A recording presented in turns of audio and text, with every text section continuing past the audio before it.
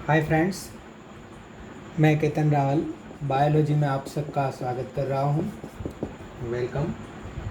कल हम ईयर देख रहे थे।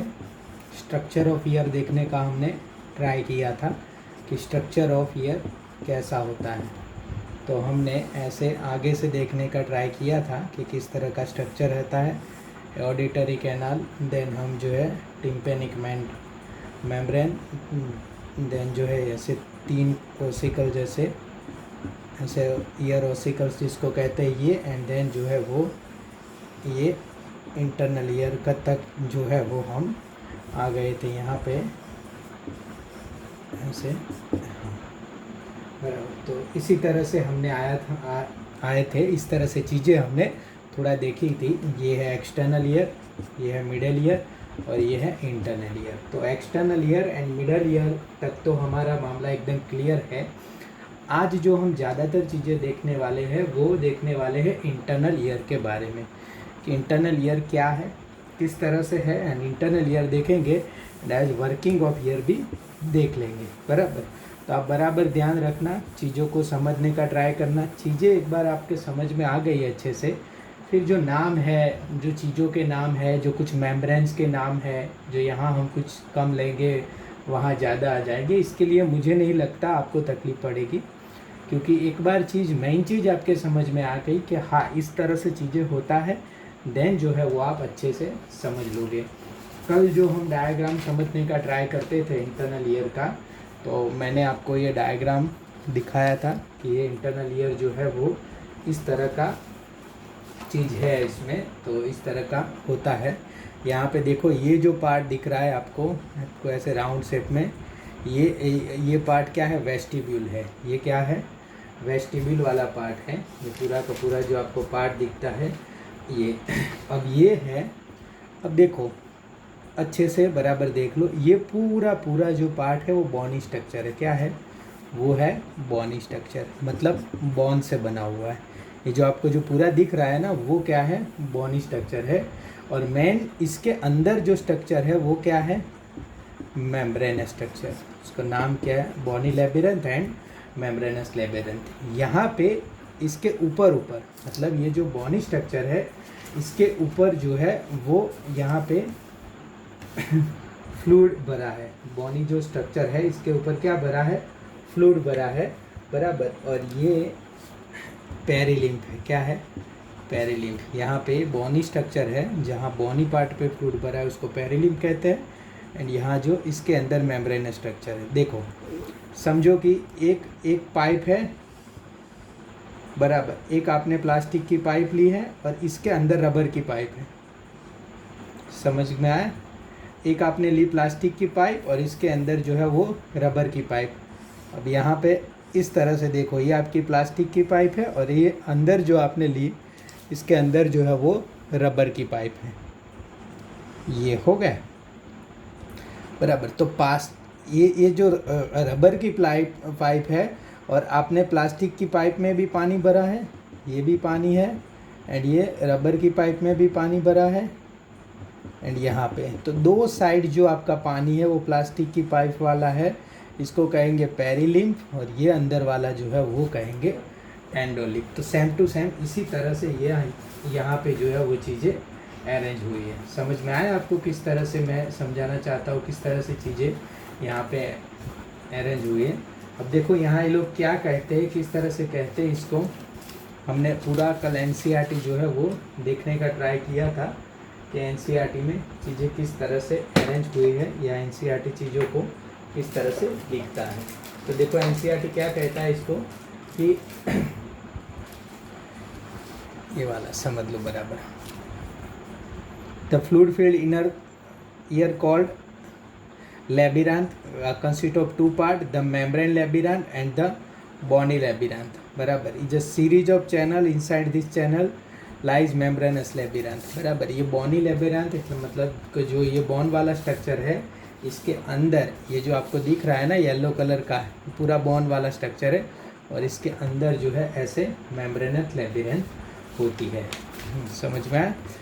विच is surrounded by fluid called perilymph, ये जो है वो पेरिलिम्फ में होती है। अगर मैं आपको पूरा ईयर का ट्राई करूं मेरे हिसाब से, तो यहाँ पे देखो ये जो है ये है वेस्टिबुलर, ये क्या है, वेस्टिबुलर है बराबर। और इसके यहाँ से जो पार्ट है इसको मैं क्या कह दूँ, इसको मैं कहूँ कॉचलिया। ये क्या है, ये है पूरा का पूरा जो है वो कॉचलिया है। ये अगर समझो कि बोन है, इसको थोड़ा ज़्यादा ये कर सकता हूँ, तो ये है बोन वाला। एंड देन इसके अंदर जो है ये वाला पार्ट अगर मैं ड्रॉ करूँ तो ये क्या है, मेम्ब्रेनस, ये मेम्ब्रेन से बना है। समझ में आया आपको, ये है मेम्ब्रेन वाला। पूरा ये दूसरा वाला पार्ट जो मैंने ड्रॉ किया वो मेम्ब्रेन। अगर मेरे पास दूसरी पेन होती तो आपको अच्छे से समझ में आ जाता, पर आप ड्रॉ कर दो, मतलब आप समझ लो बराबर। तो ये दूसरा वाला जो मैंने ये जो ड्रॉ किया, ये क्या है, ये मेम्ब्रेनांथ है। और यहाँ पे साइड में जो भरा होगा वो क्या होगा, पेरिलिम्फ होगा। और यहाँ पे अंदर जो भरा होगा, जो मैं ऐसे कर रहा हूँ, ये क्या होगा, एंडोलिम्फ होगा। समझ में आ गया, ये है आपका पेरिलिम्फ, ये आपका पेरिलिम्फ और ये है आपका एंडोलिम्फ। हो गया, डन। अब ये जो वेस्टिब्यूल है, तो वेस्टिब्यूल में ऐसे पार्ट हैं। वेस्टिब्यूल जो है इसमें ऐसे दो बड़े बड़े पार्ट है, वेस्टिब्यूल वाला पार्ट में। और एक ये दूसरा पार्ट है, मतलब ये क्या दूसरा पार्ट है, ये वाला पार्ट है। एंड ये जो है वो एक जो है वो दूसरा वाला पार्ट है। यहाँ पे ये वाला जो पार्ट है ये है सैक्यूल्स, ये है सैक्यूल्स और ये है यूट्रिकस, ये दोनों पार्ट है। अब यहाँ से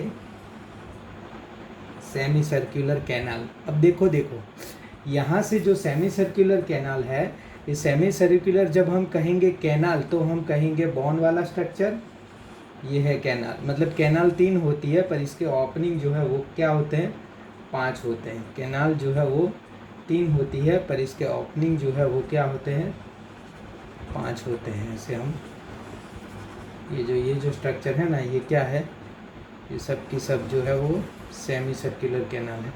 3 सेमी सर्कुलर कैनाल होती है। और इसके अंदर जो है, अंदर फिर से मेम्ब्रेनस, अंदर फिर से बस सेम टू सेम ऐसा, फिर से मेम्ब्रेनस, ये क्या होती है, सेमी सर्कुलर डक्ट होती है। ये क्या हो गई, सेमी सर्कुलर डक्ट हो गई। तो ये जो है मोटा मोटा आपका ईयर का स्ट्रक्चर हो गया, समझ लो। ऐसे ऊपर ऐसे बोन वाला स्ट्रक्चर होता है एंड देन नीचे जो है वो मेम्ब्रेन वाला स्ट्रक्चर, समझ लो। ऊपर प्लास्टिक की या लोहे की पाइप है एंड देन इसके अंदर जो है वो रबर की पाइप है। और ये लोहे की पाइप में जो पानी भरा है, ये इसको पेरिलिम्फ कहते हैं। और रबर की पाइप में जो भरा है, समझो कि लोहे की पाइप में आप जो है वो भर लो पानी एंड रबर की पाइप में भर लो मिल्क। समझ में आया? तो ये जो पानी है उसको क्या कहोगे, पेरिलिम्फ कहोगे। एंड जो रबर की पाइप में आपने मिल्क भरा है वो क्या है, एंडोलिम्फ है। समझ में आ गया आपको? अब समझ में आ जाना चाहिए कि भाई चीज़ें किस किस तरह से क्या क्या है, बराबर। तो ये जो चीज़ें हैं इसी तरह से ये अलग अलग चीज़ें यहाँ पे है। अब देखो, अब जो है हम इसके अंदर जाएंगे। अब किसके अंदर जाएंगे, इसके अंदर। पूरा पार्ट आपको जो समझना है वो क्या है, इसके अंदर। तो अब ये मैं मिटा रहा हूँ। अब इसके अंदर किस तरह की चीज़ें होगी, किस तरह का स्ट्रक्चर होगा वो हम देखेंगे। देखो अब जो है ये वाला जो पूरा पार्ट है, इधर वाला जो मैंने पूरा ड्रॉ किया था, यहाँ पे ये वेस्टिब्यूलर वाला जो पूरा पार्ट है, जहाँ पे वेस्टिब्यूल वाला है, ये सेमी सर्कुलर डक्ट वाला, ये पूरा किस पे काम करता है, ये काम करता है बैलेंस पे। किस पे, बैलेंस पे। ये जो नीचे वाला यूट्रिकल्स एंड सैक्यूल्स जो है वो काम किस में करते हैं, सैक्यूल्स एंड यूट्रिकल्स, यो स्टैटिक बैलेंस में। स्टैटिक बैलेंस मतलब अभी मैं बैठा हूँ या खड़ा हूँ या जो बैलेंस है। और ये जो पाइप है, जो कैनाल है, बराबर, ये जो सेमी सर्कुलर कैनाल्स है, याद रखना, हड्डी की जो बनी है ये बोन वाला स्ट्रक्चर है, उसको सेमी सर्कुलर कैनाल कहेंगे, और इसके अंदर जो मेम्ब्रेन वाली नली जाती है उसको क्या कहेंगे, सेमी सर्कुलर डक्ट। ये जो है ये स्टैटिक बैलेंस पे काम करेगा, और ये किस पे काम करेगी, डायनेमिक बैलेंस पे। मतलब आप चल रहे हो ऊपर, पता है जो दूरी पे चलते हैं बहुत लोग, तो ये जो दूरी पे चल रहे हो, और डायनेमिक बैलेंस जो है वो सेमी सर्कुलर कैनाल आपका क्लियर करेगी। तो देखेंगे इसमें हमें 2-3 चीज़ें सिर्फ याद ही रखनी है, और बहुत ज़्यादा आपके लिए ये इम्पोर्टेंट नहीं है, पर ये हियरिंग वाला जो पार्ट है वो आपके लिए बराबर इम्पोर्टेंट है। अब देखो आपकी एनसीईआरटी क्या कहती है इसके बारे में, हम वो पहले देख लेंगे। और एनसीईआरटी में ये जो मैंने ड्रॉ किया था ना, ये पूरा कॉचलिया, इसका इन लोगों ने स्ट्रक्चर जो है वो काट के हमें दिया है। मतलब स्ट्रक्चर काट के दिया है, मतलब यहाँ से चीज़ें समझो कि ये लोहे वाली पाइप है, और इसके अंदर रबर वाली पाइप है, और इसको ऐसे हमने काट दिया। काट के जो स्ट्रक्चर दिया है वो स्ट्रक्चर है ये, समझ में आया। ये जो है, ये जो गोल ऊपर वाला दिखता है ना, ये है। नीचे वाला जो गोल दिखता है वो ये है, एंड जो ये वाला है बीच वाला, ये गोल ये है। क्लियर हो गया आपको। तो ये जो है यहाँ पे काट के ये आपको स्ट्रक्चर दिया है। अब ये स्ट्रक्चर को हम समझने का पूरा ट्राई करेंगे कि किस तरह से इन लोगों ने क्या लिखा है। विद इन कॉचलिया, अब देखो ये पूरा क्या है, कॉचलिया है। क्लियर हुआ, ये पूरा कॉचलिया है।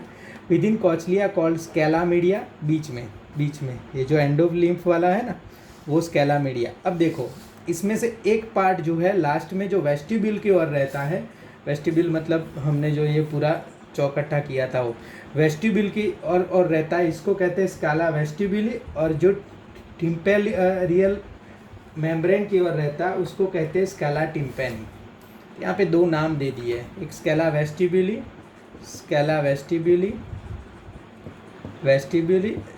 टिम्पेनी, सिर्फ पहचानने के लिए कि कौन सा टिम्पेनी, और जो मिडल वाला है वो स्केला मीडिया। अब मुझे कहो कि कौन सी चीज़ में जो है वो एंडोलिम्फ भरा होगा, यहाँ पे पेरिलिम्फ यहाँ पे होगा, एंडोलिम्फ यहाँ पे होगा। तो scala media, scala vestibuli, scala media बीच में, स्केला वेस्टिब्यूली और स्केला टिम्पानी दोनों साइड में। तो यहाँ पे इन्होंने क्या कहा, with in the कॉचलिया called scala media is field with endolymph. Clear हो गया। At the base of the cochlea, the scala vestibuli ends at the oval window, while the scala tympani terminates at the rounded window which opens to the middle layer. अब देखो 2 तरह की चीज़ें हैं यहाँ पे, 2 तरह की चीज़ें हैं यहाँ पे, Oval window and rounded window. मतलब ये जो स्केला वेस्टिब्यूली, ये जो स्केला टिम्पानी है वो यहाँ पे मिडल ईयर को टच करती है, बराबर, और स्केला वेस्टिब्यूली है वो यहाँ पे वेस्टिब्यूल वाले पार्ट को टच करती है, बराबर। तो ये ओवल विंडो में, और ये ओवल विंडो मतलब ऐसे, बराबर, और ये राउंडेड विंडो में ओपन होती है। आपने जो आगे वाला फिगर देखा था, मैंने आपको दिखाया था, इसमें ये दोनों चीज़ें आ जाती है।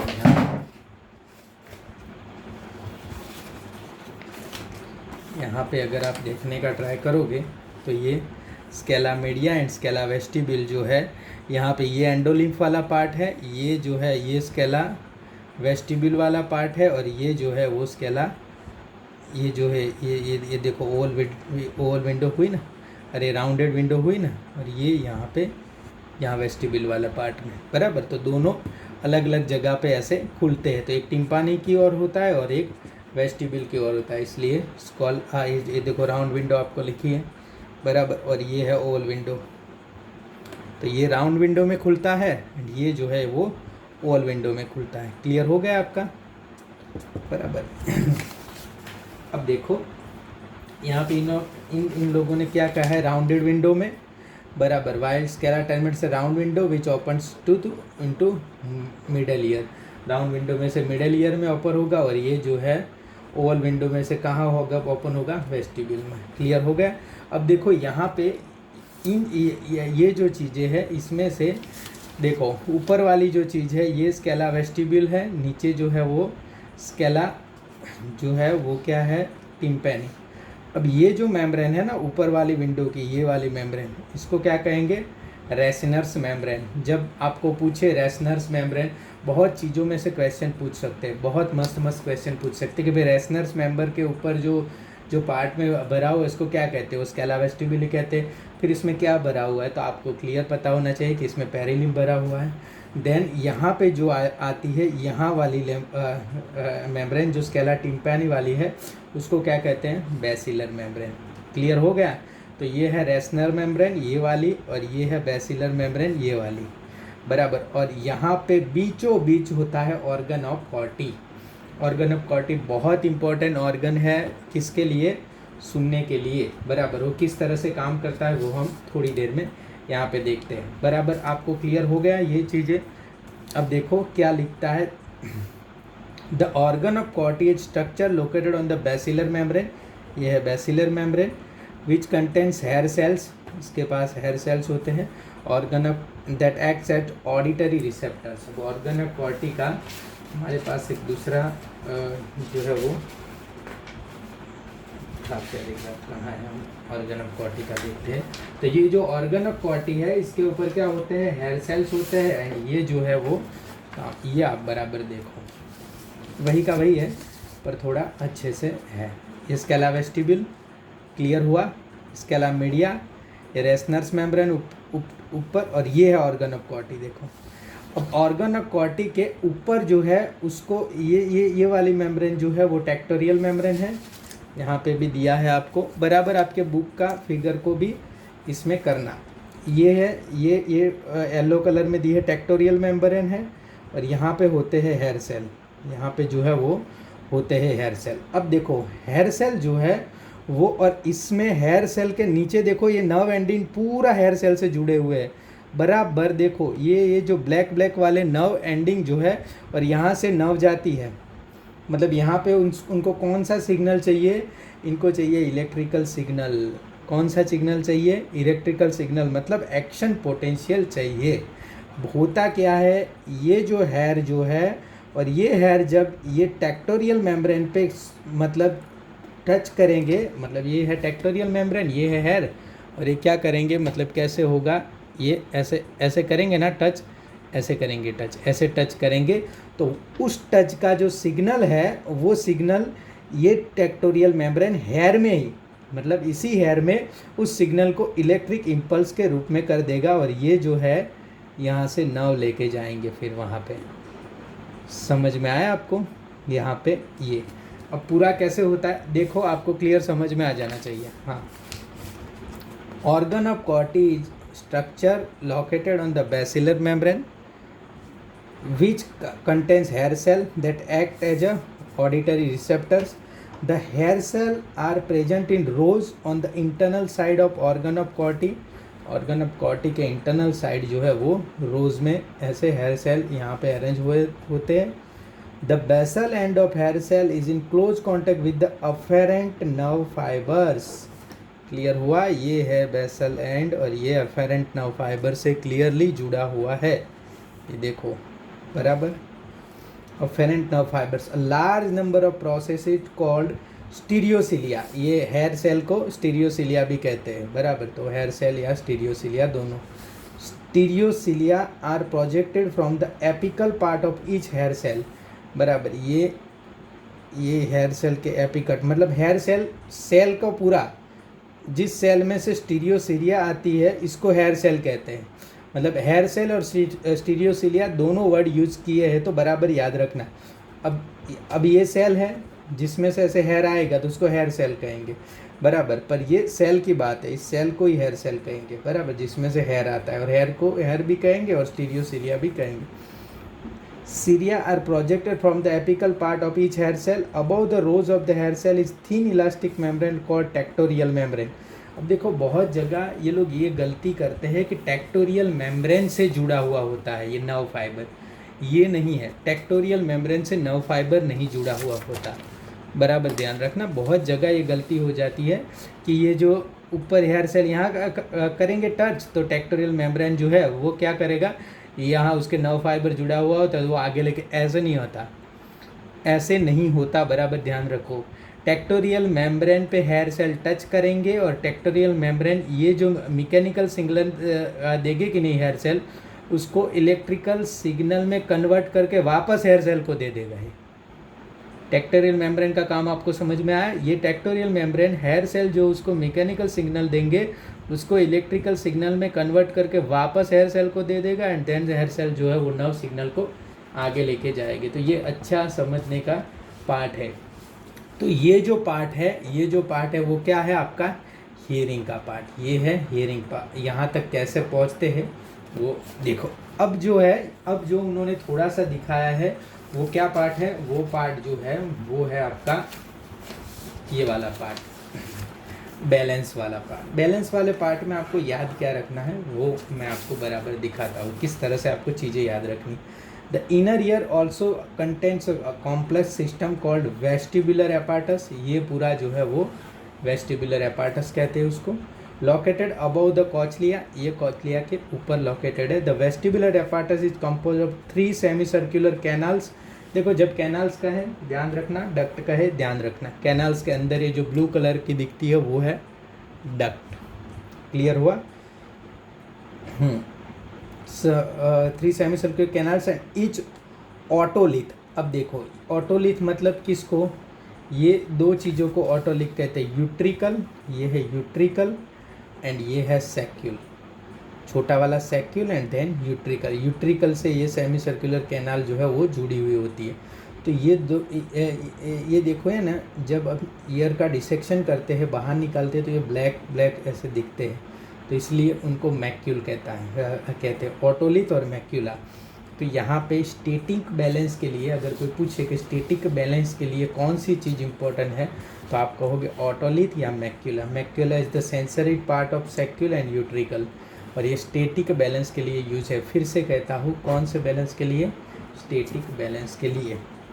Each semicircular canals lies in a different plant at right angle to each other। बराबर, एक से राइट एंगल में अलग अलग प्लेन में ऐसे वो है। बराबर क्यों, क्योंकि हम सिर ऐसे करें तो यहाँ पे जो पेरिलिम्फ या एंडोलिम्फ घूमता है और इसके ये लोग अंदाज़ा लगाते हैं। The membranous canal are suspended in the perilymph of the bony canals. Membranous canal suspended मतलब अंदर डूबी हुई। मेम्ब्रेनस कैनाल जो होती है ये वाली, ये पेरिलिम्फ में डूबी हुई होती है। The beige of canal is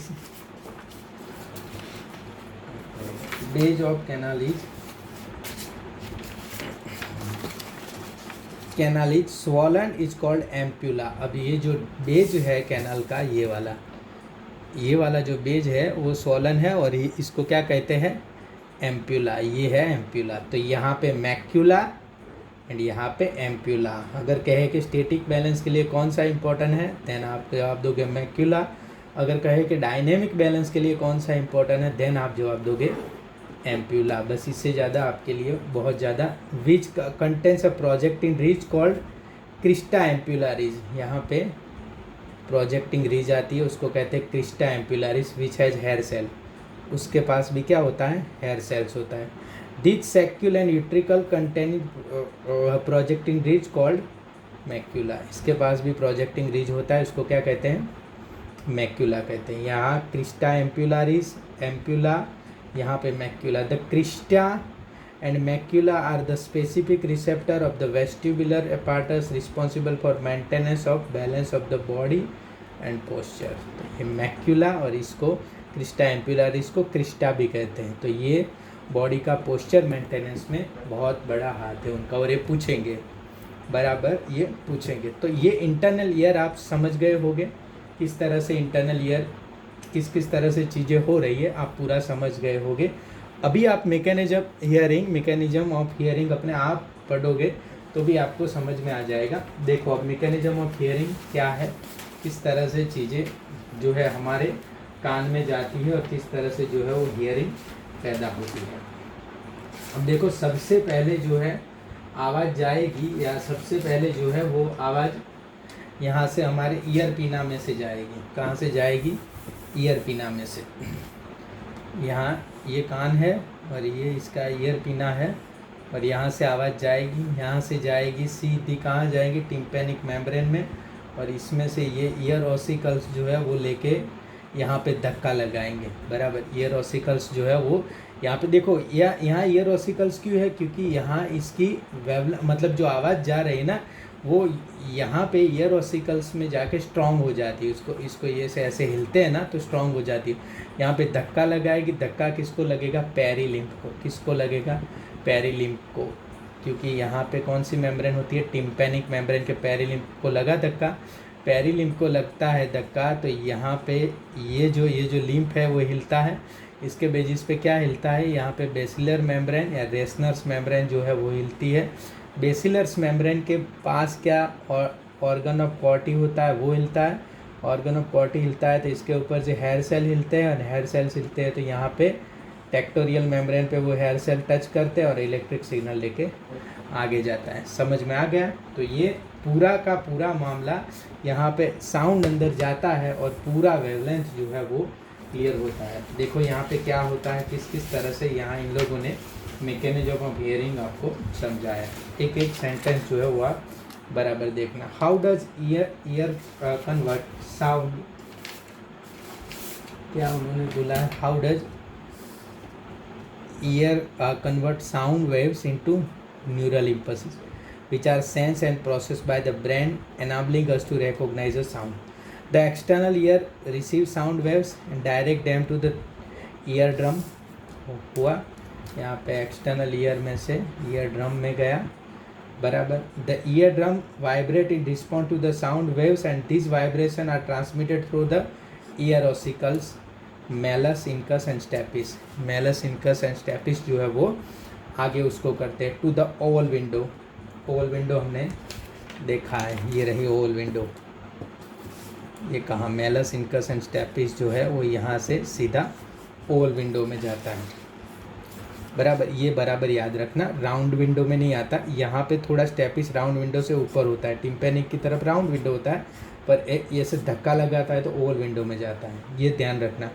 The vibration are passed through the oval window on the fluid of the cochlea। Oval window में से कॉचलिया के फ्लूइड में जो है वो वाइब्रेशन पास होता है। Where they generate waves in the lymph, यहाँ पे पेरिलिम्फ में वेव्स जनरेट करते हैं। The waves in the lips induce a ripple in the basilar membrane। Ripple मतलब ऐसे बेसिलर मेम्ब्रेन जो है वो रिपल करती है। These movement of the basilar membrane bend the hair cell, pressing them against the tectorial membrane। ये basilar membrane ऐसे ripple करेंगी तो ये टेक्टोरियल मेम्ब्रेन से हेयर सेल ऐसे टच हो गए, बराबर। As a result nerve impulses are generated in associated afferent neurons, बराबर। एसोसिएटेड एफेरेंट न्यूरॉन्स लिखा है ना, तो बहुत सारे ये समझेंगे कि एफेरेंट न्यूरॉन टेक्टोरियल मेम्ब्रेन से एसोसिएटेड है। These impulses are transmitted by the afferent fibers by auditory nerves to the auditory cortex of the brain। अब ये हेयर सेल के जुड़े एफेरेंट नर्व्स है वो ऑडिटरी कॉर्टेक्स में ट्रांसफ़र करेंगे, where the impulse are analyzed and sound is recognized। Clear हो गया ये ईयर आपका? तो इसी के साथ जो है हम चैप्टर 21 ख़त्म कर रहे हैं। आपको अच्छा समझ में आ गया होगा ऐसा मेरा मानना है। मैंने सब कुछ क्लियर किया है, मैंने ट्राई किया है कि हम जो क्लासरूम में पढ़ते हैं इसी तरह से बहुत अच्छे से क्लियर करके पढ़ें। अब ये नहीं कहता मैं कि मैंने सब कुछ यहाँ पे रख ही दिया है, पर मैंने मेन चीज़ें रखी है। अब यहाँ पे ये सब चीज़ें देख के आप 4 चीज़ें नई भी अपने हिसाब से जोड़ लोगे, मुझे पता है आप लोग बहुत अच्छे से उसको सर्च करके एक अच्छा नॉलेज का वो बनाओगे जिससे आपका कोई भी MCQ गलत नहीं होगा। Thank you very much.